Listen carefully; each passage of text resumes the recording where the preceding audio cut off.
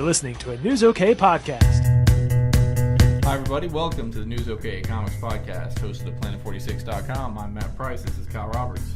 That's right. Tons of great news in the whole comic world. Yeah, it's the 4th of July weekend, and we've got some news about some patriotic icons. That's right. Wonder Woman gets a brand new costume. It's probably the biggest change ever. Yeah, maybe so. Biggest change in years. She's changed her costume a few times in the 70s and again in the 90s, but she's always gone back to sort of the traditional Linda Carter look.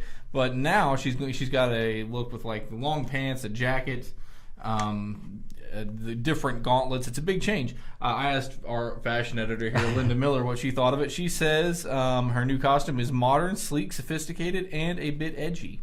She also said the jacket is worthy of a celebrity. So little fashion plus from the... Maybe some a pop star jacket, who knows? Yeah, and you and I were talking, it looks a little bit like a 90s X-Men costume, a little bit. Yeah, a little bit like Rogue, especially with the sleeves. Yeah, so I don't know. I guess we'll see whether or not she stays in that indefinitely or goes back to the sort of traditional look at some point. We'll have to see. But big 600th anniversary issue of Wonder Woman out this week. Also, you've got some news related to Scott Pilgrim. That's right. A friend of mine did a music video. It's a video contest that they're doing for Scott Pilgrim vs. the World called Indie Rock vs. the World. He shot and edited the whole music video in less than 48 hours because they had to get it in for contest deadline. And there was over 100 bands at the beginning, and now they're down to 8. So down to the final 8. You can go into this website and vote every day. You can vote once a day. And it's an amazing music video, it really is. All right, very cool. And Scott Pilgrim, of course, the book comes out at the end of July, and the movie comes out in August. One of our friends, Captain America, the original Captain America, Steve Rogers, gets his own miniseries next week, right in time for the 4th of July, more or less. He's going to be doing more spy type stuff in a series by Ed Brubaker. Yeah, and it's called Super Soldier. Yeah, Steve Rogers, Super Soldier. Yeah, and he's going to be sort of a James Bond for the Marvel Universe, is what writer Ed Brubaker says. Cool. Art is by Dale Eaglesham. Sweet. Doctor Strange might do a movie. Exactly. They have recently hired screenwriters. The guys are doing the upcoming Conan reboot, and they think this will be the first movie that Marvel has distributed by Disney. Of course, Doctor Strange, created by Stan Lee and Steve Ditko back in the 60s, and is Marvel's Sorcerer Supreme, a former surgeon who loses the ability to use his hands for surgery, goes and trains in the Himalayas, eventually becoming the Sorcerer Supreme of Earth. Sweet. And then Megan Fox, she wants to be on a Gen 13 film. That's right, wants another comic book movie. Even though Jonah Hex didn't open that well, she's involved in producing Fathom, and she said recently that she told Fox News she would like to be in the Gen 13 movie if they do one based on that J. Scott Campbell, Jim Lee, Brandon Choi comic from the 90s. Great. Let's get in the review file. Very good. Pro Gauge, Captain America, number 607. That's right. This is second part of the new storyline, No Escape.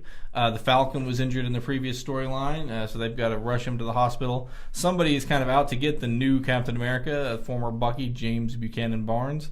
He believes he's been slipped some type of hallucinogens and kind of has to go try to discover what's been done to him and who's responsible. And Nomad is in this as well. Yeah, there's a backup story with Nomad, the former sidekick to Captain America in the Onslaught world, who's now in the regular Marvel Universe. Cool.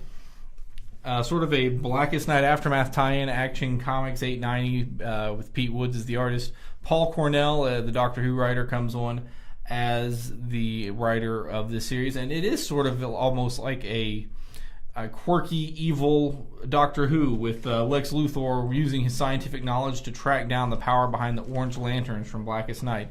There is some crazy Lois Lane related stuff in here that you might see, and just an interesting take on Lex Luthor that I enjoyed. I thought it was pretty good. I wasn't sure what to expect of sort of the post-New Krypton Superman stuff, but as far as Action Comics, enjoyed it. Sweet. Thor Asgard's still around Oklahoma.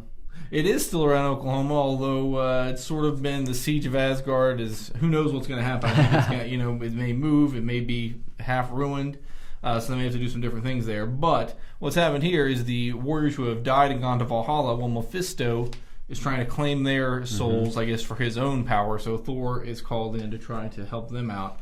Kind of a dark storyline, but nicely done by Kieran Gillen and Good art throughout as well. So this is sort of an intermediate run in between what Straczynski was doing and then Matt Fraction takes over. So we'll see a big change when Matt Fraction takes over, but the Gillen run, the intermediary run, has been pretty good as well. Sweet.